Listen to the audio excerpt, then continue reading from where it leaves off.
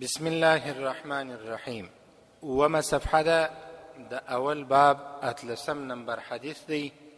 دا حدیث امام مسلم رحم الله تعالی په خپل کتاب مسلم شریف کې را نقل کړی دی. جناب نبی کریم صلی الله علیه وسلم فرمایي: الجرس مزامیر الشیطان. الجرس مزامیر الشیطان. الجرس مزامیر الشیطان. الجرس زنگ. کم زنگ؟ ډیر کله ترجمه موږ او تاسو د جرس په هغه زنگ باندې کوو چې د هغه څخه د میوزیک یا د سروز आवाज راوځي. لاندې دغه کتاب والا لیکلی دی چې په هندي کې یا په اردو کې د جرس معنی ګنټي ده. ګنټي یعنی زنگ. کم زنگ؟ هغه زنگ چې الجرس زنگ مزامیر الشیطان د شیطان د لهو لعب د بازیو اسبابو آلات. څه مطلب دا دی د جرس که ترجمه په زنگ باندې وکړو یا په زنګوله باندې وکړو یا په هغه شانو باندې وکړو چې د هغه څخه د سروز او د موسیقي شان راځي، نو هدف او مقصد یې دا دی چې ټول هغه شان چې د هغه څخه د میوزیک یا د سروز आवाज راوځي دا د شیطان آلات دي، دا د شیطان مزامیر دي، دا د شیطان تلکی دي. په دې لاره شیطان انسانان خطاباسي. اوس کومې زنګولې کم زنګ؟ یو رقم زنګونه زمارونو دا دي چې یو انسان بل انسان خبروي. هغه د موبایل څخه را شروع او په مدرسه یا مکتب کې زنګ یا په کور کې د زنګ څخه را شروع بیا تر ډیرو لویو ځایو پورې د لویو اسبابو پورې کچيري د هغه الی څخه داسې आवाज راپورته کېدی چې هغه د سروز وي، که څه هم په موبایل کې وي یا په ساعت کې وي یا د خونې په ساعت کې وي یا په دغه ګنټي و زنګ کې وي چې انسانان د نورو خلکو د خبرېدو لپاره زړوي، نو دا ناروا کار دی. او یا پر دریا باندې زنګولې زړیږي د دې لپاره چې انسانان خبر کې، دا هم ناروا کار. یا په ډول باندې زړیږي او یا داسې کارونه وي چې د هغه څخه आवाज راوځي شیطانی आवाज. دا د شیطان ټول هغه شان دي چې د انسان د خطا ایستلو لپاره دي. نن مې یو کتاب کتی یو چا لیکلی دی مطلق داسې شان لیکلی چې هغه د اسلام او د فقهاو د محدثینو د مفسرینو د رای او د طریقې څخه خلاف کار دی. اسلام او موسیقي په دې نامه کتاب لیکلی دی. مطلق موسیقي او سروز روا بللی دی. دا مې فکر کوي ماپښین د الله په دربار کې به دغه انسان حساب و کتاب ورکوي. او بیا د ډیرو دغه خبرې د علماو په حواله باندې را نقل کړي دي، د کتاب حواله نشته.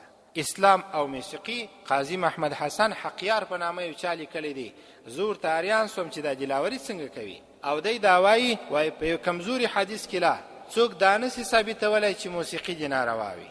حال دا چې تاسو په بیانو کې واوریدل صحیح احادیث ته او داسې احادیث ته چې جناب نبی کریم صلی الله علیه وسلم خپل فرمایلی چې سروز او موسیقي دا ناروا کار دی او دې انسان لیکلی دی. او هغه کتاب خانو والا چې دا کتاب خرڅي دغه کتاب خرڅېدل و دوی ته حرام دي او پر دې باندې ګټه کول هم ورته حرامه ده. تاسو څه فکر کوئ؟ د اسلامی آیاتو یا د جناب نبی کریم صلی الله علیه وسلم د ارشاداتو خلاف او په هغې کې د قرآن او د احادیثو غلطي ترجمې یا د فقهاو د محدثینو او مفسرینو خبرې غلطي تعبیر سوي او بیا د انسان دا کتاب خرڅوي. اسلام او موسیقي په نامه باندې کتاب دی. هر چیرې چې ورسره مخامخ سي زه دا خبره درته کوم چې مطالعه اصلا د عامو خلکو لپاره روا کار نه دی. انسان په نورو تشویشو کې اخته کیږي. تعجب خبره وه یو ځای لیکي وایي مولانا عبدالحق محدث دهلوي رحم الله تعالی فرمایي وایي په یوه حدیث کې لا موږ د موسیقي او د سروز په باره کې دا نه ولیدله چې په هغې کې دې ناروا وي. حال دا چې مولانا عبدالحق محدث دهلوي رحم الله تعالی هغه څوک دی چې تاسو مشکات راواړوي دستي ډیرې صفحې داسې خبرې د حدیثو په باره کې لیکلي چې د ابتدایي طالبانو لپاره ډیرې مفیدې دي، حتی د علماء کرامو لپاره. هغه څنګه نه دي لیکلي او لیکلي ده د هغه په حواله خبره مګر کتاب نسته، صفحه نسته، جلد نسته، مطبعه نسته، مازې خبره لیکلې ده. او ډیر کسان په دغه کتاب باندې هم دلیل وایي. زما ورونو په ټولنه کې ډیر کتابونه لیکل کیږي، ډیر کتابونه چاپیږي، ډیر لیکوالان به تاسو پیدا کړئ، ډیر مصنفین به تاسو وینئ. د هر چا کتاب باور نسته باندې، د هر چا کتاب باوري نه وي. هر څوک په لیکنه کې باور نه لري، اعتماد نشته ورباندې. دا چا خبره خو موږ په ټولنه کې نسو منلای. ملي هنداره هم لیکل شوې ده، نقلونه دي مومن خان و شیرینو د پلان و پلان د هغه به یو سړی سبا راځي وایي په ملي هنداره کې دا خبره مولوي صاحب ما ولیدله. د کوډو او د جادو کتابونه هم لیکل سوي دي، پر نبی کریم صلی الله علیه وسلم درواغ هم ویل سوي دي، یو سړی به سبا راځي وایي دا خبره زمانم. قادیانیانو هم دا خبره لیکلې ده، د ختم نبوت دعوا یې کړې ده چې نبوت نه دی ختم سوی، په موږ کې نبی پیدا سوی دی. هغه هم کتابونه لري، بریلویان هم لري، وهابیان او غیر مقلدین هم لري. سببا نو هر څوک هر کتاب راخي چې دا د اعتماد وړ دی. موږ خپل علماء کرامو فرمایل دي، موږ خپل کتابونه معلوم دي، پر نور کتابو باور نشو کولای.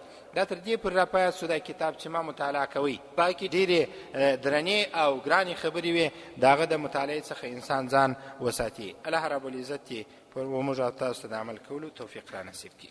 ربنا ظلمنا انفسنا وان لم تغفر لنا وترحمنا لنكونن من الخاسرين. لا اله الا انت سبحانك فقنا عذاب النار. وصلى الله تعالى على خير